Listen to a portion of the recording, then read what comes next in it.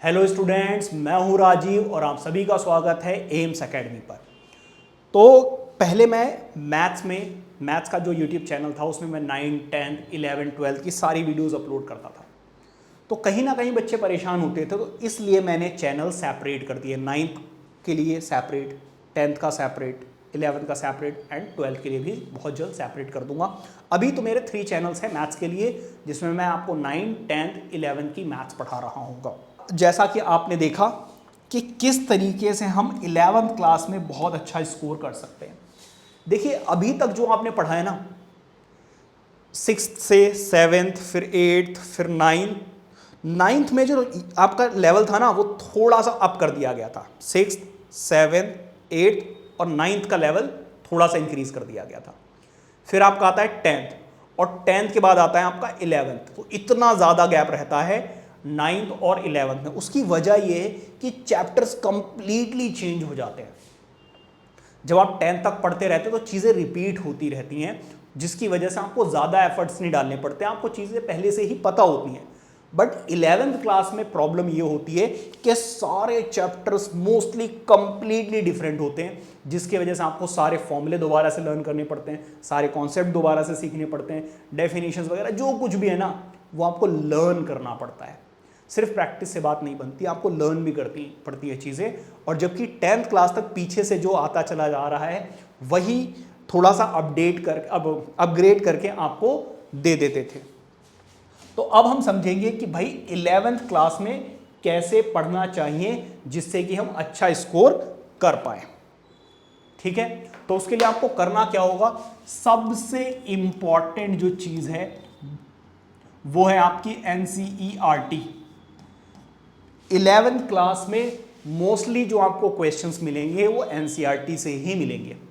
तो अगर आपने NCERT भी 100% बिल्कुल अच्छे से कर ली ना, तो ट्रस्ट में आप बहुत अच्छा स्कोर कर सकते हैं। आपको ज़्यादा और कुछ भी करने की ज़रूरत नहीं है। बट जो आपको मिस नहीं करना है वो है इसके एग्जाम्पल्स। ठीक है, इसके एग्जाम्पल्स और इसकी मिसलीनियस क्वेश्चंस। मैक्सिमम जो है वो एग्जाम्पल्स, जो सॉल्व्ड एग्जाम्पल्स रहते हैं वो, और मिसलीनियस में क्वेश्चंस जो हैं आप पढ़ेंगे तो कंपैरेटिवली काफ़ी टफ रहते हैं। तो वहां से आपको क्वेश्चंस ज़्यादा देखने को मिलेंगे। बाकी बस एक और बुक अगर आप कर सकते हैं प्रैक्टिस के लिए, तो आपको RD शर्मा या RS अग्रवाल की ज़रूरत पड़ेगी। बस दैट्स इट। 2 से ज़्यादा आपको थर्ड बुक छूनी भी नहीं है, ये समझ लीजिए आप।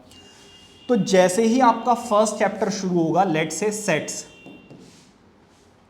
सेट्स में आपको जैसे ही फर्स्ट एक्सरसाइज कराई जाएगी, ठीक है, roster form and set builder form वगैरह और बाकी थोड़ी बहुत चीजें जो रहती हैं, तो जैसे ही आपको फर्स्ट एक्सरसाइज कराई जाएगी 1.1, पहले तो जाकर आप NCERT, चाहे आपको ट्यूशन में या स्कूल में करा दी गई है, कोई बात नहीं, वो टीचर ने किया है, आपने नहीं किया है। घर पर जाकर पहले तो जो पढ़ाया गया वो रिवाइज करें, और जितने भी क्वेश्चंस कराए हैं टीचर ने वो आप खुद से सॉल्व कीजिए कॉपी में। और जो क्वेश्चंस छोड़ दिए हैं, टीचर ने बोला आप खुद से कर लेना, वो भी कीजिए। ऐसा नहीं कि ये तो इजी है तो कर लेंगे, नहीं, आप उसको सॉल्व कीजिए, क्योंकि आप फर्स्ट टाइम कर रहे हैं। तो चाहे क्वेश्चन टफ हो, ईजी हो या मॉडरेट हो, आपको सारे करने हैं। इंपॉर्टेंट क्वेश्चंस एग्जाम टाइम में आप डिसाइड करेंगे कि ये इंपॉर्टेंट है, ये बाद में करेंगे। अभी तो आपको इजी भी करने हैं, मॉडरेट भी करने हैं और टफ भी करने हैं। उसकी वजह यह कि आप फर्स्ट टाइम पढ़ रहे हैं।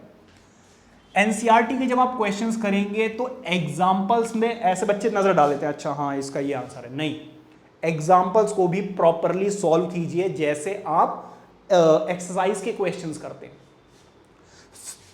अच्छा, जब आपको फर्स्ट एक्सरसाइज कराई जाएगी ट्यूशन में या स्कूल में, जहां भी आप पढ़ रहे हैं अच्छे से, तो पहले तो जाकर आप NCERT करेंगे और फर्स्ट एक्सरसाइज से रिलेटेड क्वेश्चंस ही आपको RD शर्मा से करना है। बच्चे गलती ये करते हैं कि पहले तो पूरी NCERT कर लेते हैं और फिर बैठते हैं RD शर्मा लेकर। भाई पहले तो आपको मजा नहीं आएगा, दूसरी चीज इतने सारे आपको फॉर्मूले, इतने सारे कॉन्सेप्ट बता दिए गए हैं कि अब आपको वैसे ही कंफ्यूजन रहेगी। सो इट्स बेटर कि RD शर्मा में भी एक्सरसाइज वाइज क्वेश्चंस दिए हुए होते हैं। तो फर्स्ट एक्सरसाइज आप पहले एनसीईआरटी से कीजिए, उसके एग्जांपल सॉल्व कीजिए। मिसलेनियस तो ऑब्वियस सी बात है, आप चैप्टर खत्म होने के बाद ही करेंगे, और डायरेक्टली आप मूव करेंगे आर.डी. शर्मा पर या आर.एस. अग्रवाल, जो भी आपको ठीक लगे। आर.डी. शर्मा की फर्स्ट एक्सरसाइज के जितने भी एग्जाम्पल्स, जितनी भी डेफिनेशंस, जितने भी फॉर्मूले, जितने भी क्वेश्चंस दिए हुए हैं, आपको हर एक क्वेश्चन को सॉल्व करना है। अभी जस्ट सेशन स्टार्ट हुआ है तो आप बड़े ही आराम से कर पाएंगे, कोई भी प्रॉब्लम वाली बात नहीं, आपके पास सफिशिएंट टाइम है। एग्जाम टाइम में सिर्फ और सिर्फ आप इंपॉर्टेंट क्वेश्चंस करेंगे, चाहे वो इंपॉर्टेंट एग्जाम्पल्स हों, इंपॉर्टेंट क्वेश्चंस मिसलेनियस के हों या एक्सरसाइज के हों। Are you getting my point? तो सिर्फ दो ही बुक करनी है, एनसीईआरटी और आर.डी. शर्मा। बट प्रॉमिस ये करना है कि पहली बात तो फर्स्ट एक्सरसाइज जब आप एनसीईआरटी की करोगे उसी वक्त आप आर.डी. शर्मा से भी करेंगे, और हर एक क्वेश्चन आपको खुद से सॉल्व करना है।